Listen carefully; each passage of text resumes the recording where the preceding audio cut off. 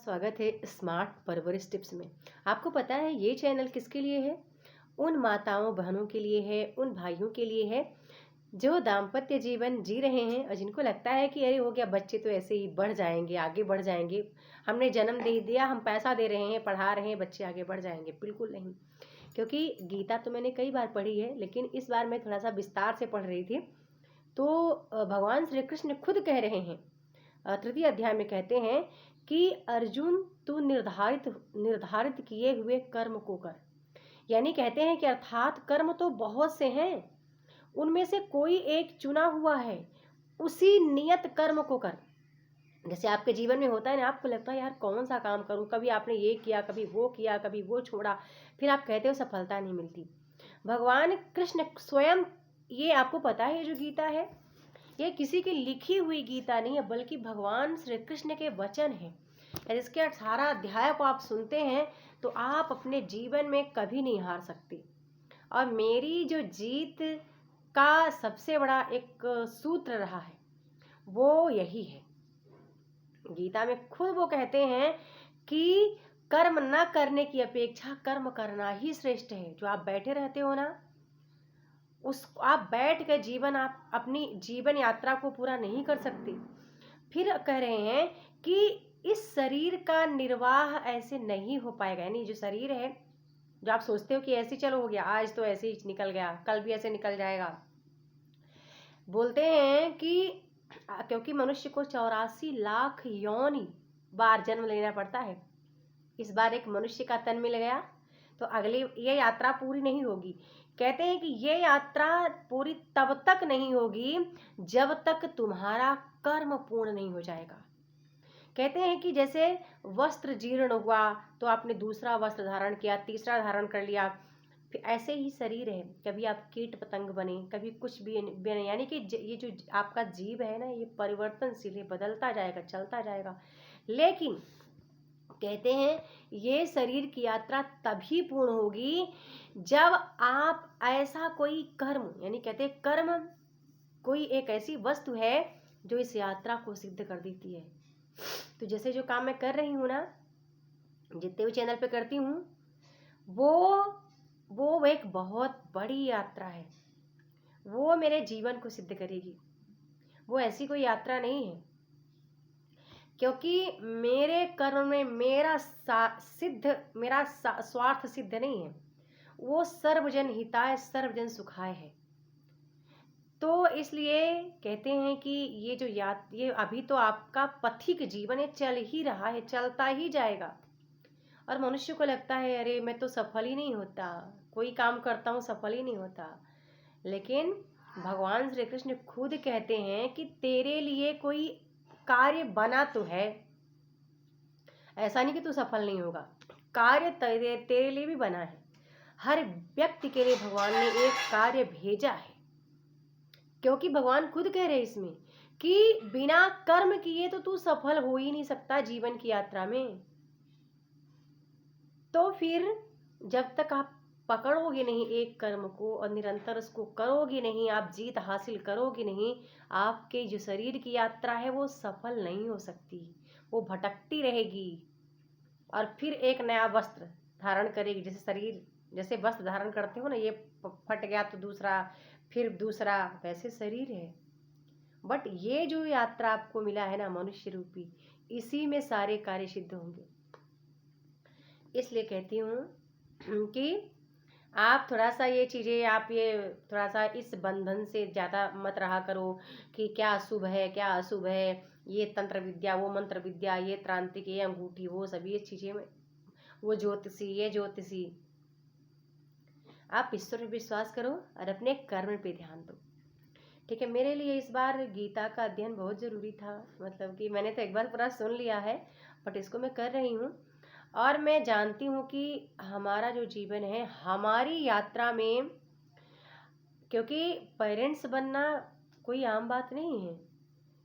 बच्चों को जन्म दे दिया आपने, नाश्ता करा दिया, आप बड़े कर दिए, पाल पोस रहे हो, इंग्लिश मीडियम स्कूल में डाल दिए, वो वहाँ आपकी यात्रा पूरी नहीं होगी।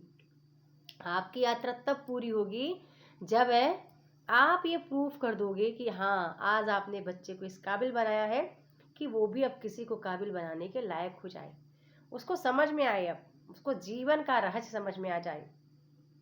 तो चलो इस चैनल को फॉलो करके रखना, और बहुत सारी चीज़ें इस चैनल में ज़रूर अपलोड करूँगी।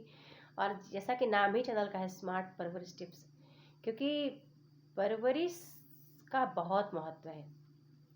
बच्चे ना हमेशा पेरेंट्स के लिए छोटे ही रहते हैं, उनको सही गलत की पहचान नहीं होती, तो आप ही हैं जो उनको सही दिशा देंगे, तभी वो आगे बढ़ पाएंगे, तभी वो अपने जीवन में कुछ बन पाएंगे।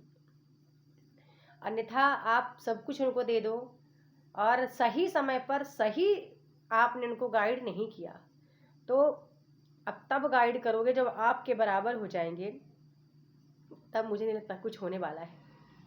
तो परवरिश तभी तक होगी जैसे कि अभी बच्चा छोटा है और 18 वर्ष के पहले ही आप उसको गाइड कर दीजिए कि वो अपने सही चरित्रों पर चले, अपना वो मतलब अपने लिए भी। अब आपको टेंशन ना रहे कि नहीं अब मेरा बच्चा कहीं बिगड़ेगा।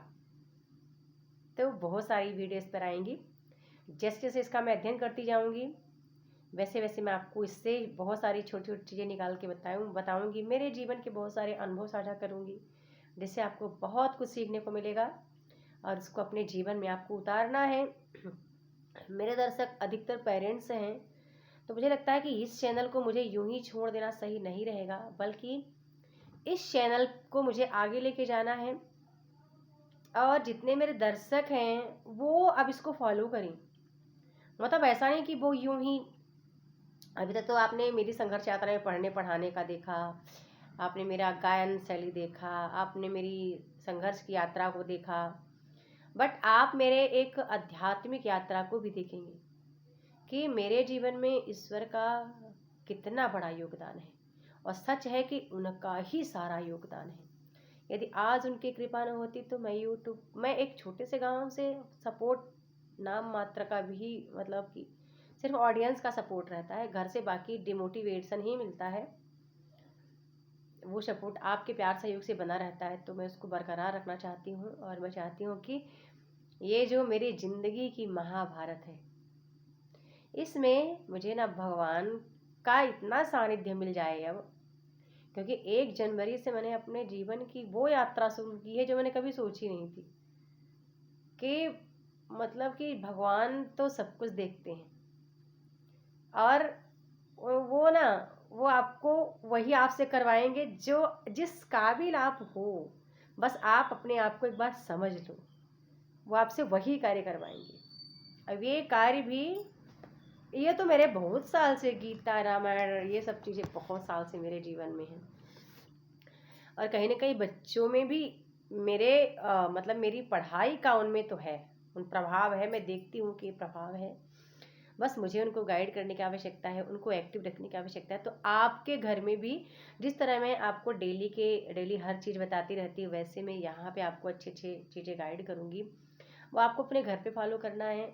और आपको पता है कि मेरे लिए मेरी बेटियों को गाइड करने की बहुत आवश्यकता है, क्योंकि मैं चाहती हूँ कि यदि कभी भी उनके जीवन में कोई ऐसा पड़ाव आ जाए, वो हार न माने, वो अपने आप को खड़ा कर ले कि नहीं मैं हारूंगी नहीं। इसलिए पहली ज़रूरत है शिक्षा। शिक्षा सही होनी चाहिए। शिक्षा का मतलब ये नहीं होता कि आपने डिग्री हासिल कर ली। मेरी नज़र में शिक्षा वो है जहाँ आपको कठिन परिस्थिति में लड़ना सिखा दे। और आज मेरे को प्राउड फील होता है कि मैं सच में पढ़ी लिखी हूँ। परिस्थिति कितनी भी कठिन आई है, कितना भी कुछ हुआ, लेकिन मैंने उसको संभाला है। तो मैं यही चाहती हूँ कि आप भी, कैसा भी कठिन डगर हो, कुछ भी हो, बट आप बिल्कुल स्थिर रहो, अपने काम पे ध्यान दो, ईश्वर पे विश्वास रखो, खुद पर भी विश्वास रखो कि आप कर लोगे।